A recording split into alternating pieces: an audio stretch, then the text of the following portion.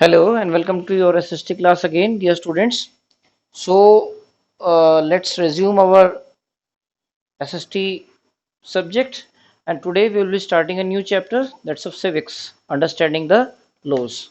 Okay, so my dear students, the term law is not very indifferent for you. Everybody, I think of you knows that what are laws. Laws are some sets of rules and regulation by which a country or a state is being governed. Okay, so in this particular chapter we will learn that who is the body who's making the laws, how the public interpret these laws, how as a public we can get the information about the making of those new laws, and how we can address our complaints if there is any grievances against that law. First of all, we will discuss, do the laws apply for all? Yeah, the answer is yes. Rule in our country India applies for everybody, whether he is a bureaucrat, whether he is a common man, whether he is a rich, whether he is a poor, whether he is a male, whether he is a female. The rules apply equally for everyone. Fine. See, this chapter deals with two different time phases. There is a sort of comparison in this chapter. Some cases are being taken from the British time and some cases are taken from present India. So as far as the British period was concerned, Britishers, in order to rule Indians more with more power, with more authority, they introduced a Sedition Act of 1870. That Sedition Act of 1870 says that they could arrest any person without putting that person for a trial, means without taking that person for a judicial magistrate for a hearing, means that person is not in a situation to tell, to keep his point, to keep his say to the judge, that whether he is actually a victim or not, whether he is actually culprit or not. Okay, whether he is actually responsible for that particular crime for his being arrested or not. Okay, so this clearly denotes that justice is one of the basic thing which ensures the right of the people, and that was being harassed by the Britishers in their time.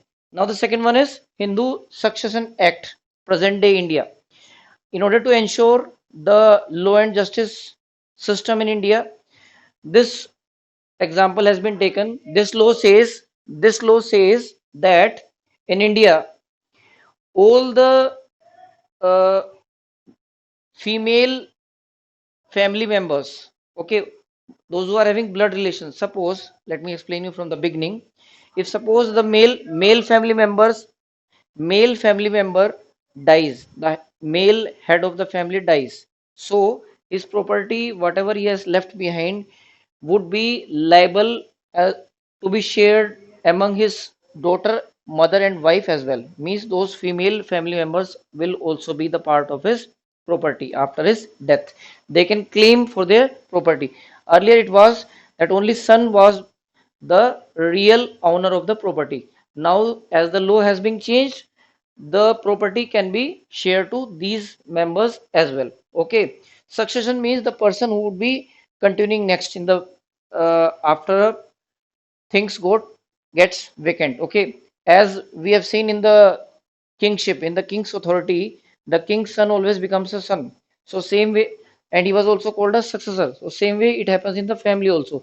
Word denotes, amendment means change, change in a written thing. So here amendment means change in a law, amendment, written act of 2005. Act means a type of a law. Okay, how do law comes out? Law are being made by the parliament. There are many institutional bodies in our country. There are supreme courts, there are other institutional bodies, supreme courts, PMO, prime minister's office, okay, president's house, but the law making authority in India is being given to the Parliament of India. And how do the Parliament circulate these laws further to the common man? These laws are being circulated by different means like TV, televisions, radios, news channels, written documents. Through this way, through social media, this way the new law which are being formulated are being passed to the Indian citizens. Okay, we will continue one more point of this chapter quickly in this video. That is, okay, dear students, let's continue our last point of this chapter. See, this chapter is very small chapter. So it would require just one video explanation. This particular video explanation will cover entire chapter. You need not have to worry. The entire main points are being discussed in the single video. Unpopular and controversial laws means the laws which are not being welcomed by the people of India. Those laws are, you can say, more harmful than more uh, beneficial. They are more harmful instead of being beneficial. They are good for nothing. People of India's right to raise their voice against any such laws if they feel any law has been forcefully implemented on them and that law is not correct, that law is harming them, they can raise their voice, because since India is a democratic country, they have full right. Parliament representatives are answerable to the public. Parliament itself is answerable to the public of India, citizens of India, for whatever they are being doing in the country, whatever laws they have implemented, whatever changes they have done in the Indian society, Indian country, they are answerable to the citizens of India, the person, those who have chosen them.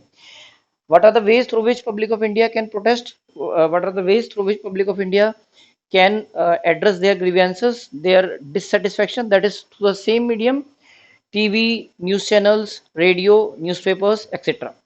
So Parliament has a more responsibility in our country as far as the making of laws are concerned, as far as the feedback of public is concerned, feedback of Indian citizens is concerned. It has a dual responsibility for the making as well and the feedback as well.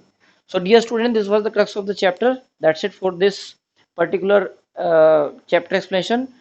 If you have any sort of query related to it, you can ask to me. You can go through the chapter thoroughly and then we will discuss it further if there is any need for that in the video. That's it for this explanation. Okay, I have covered till the last point of the chapter. Thank you.